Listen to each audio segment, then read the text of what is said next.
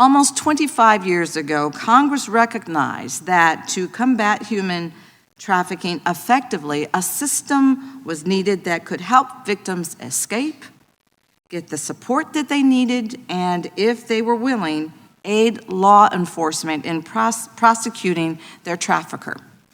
With the help of trafficking advocates, Congress's solution was the Trafficking Victims Protection Act, a bipartisan bill that invested in prevention, protection of victims, and prosecutions. But today, the entire system is in jeopardy. The current administration's chaotic and reckless approach to governing has put lives on the line by freezing funding and stopping the very critical work done by organizations that help victims and help survivors. These disruptions have already forced nonprofits to lay off employees. And while some organizations have had their funding restored, they still worry about how this administration might continue to undermine their work. If the president continues down this path and funding is cut for good, it will be trafficking victims and survivors who pay the price. Without shelters, where will these victims and survivors go? Without lawyers or social workers, who will advocate for them to make sure that they get the services that they need?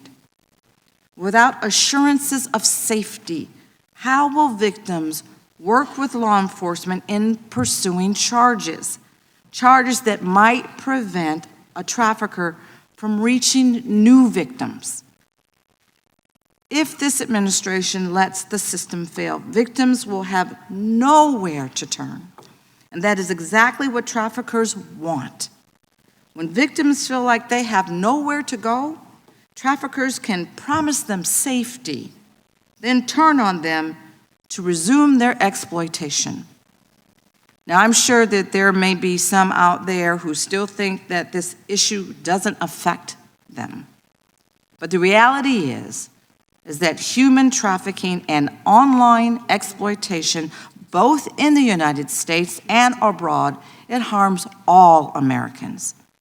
When the administration attempted to illegally dismantle USAID and froze State Department funding, U.S. anti-trafficking efforts were stopped around the world, efforts that protect Americans and the United States' interests.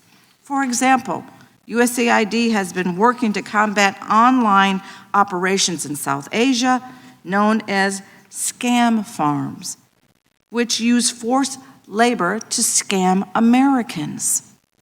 Democrats and Republicans have long been able to work together to combat human trafficking and online exploitation.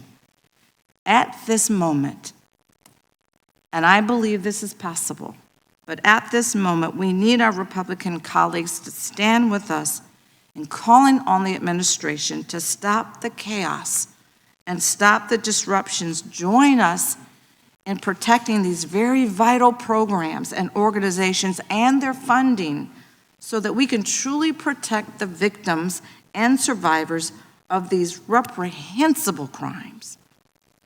Now is not the time for us to cut off funding for law enforcement and safety reforms and safety efforts. Funding is absolutely necessary to combat these egregious crimes.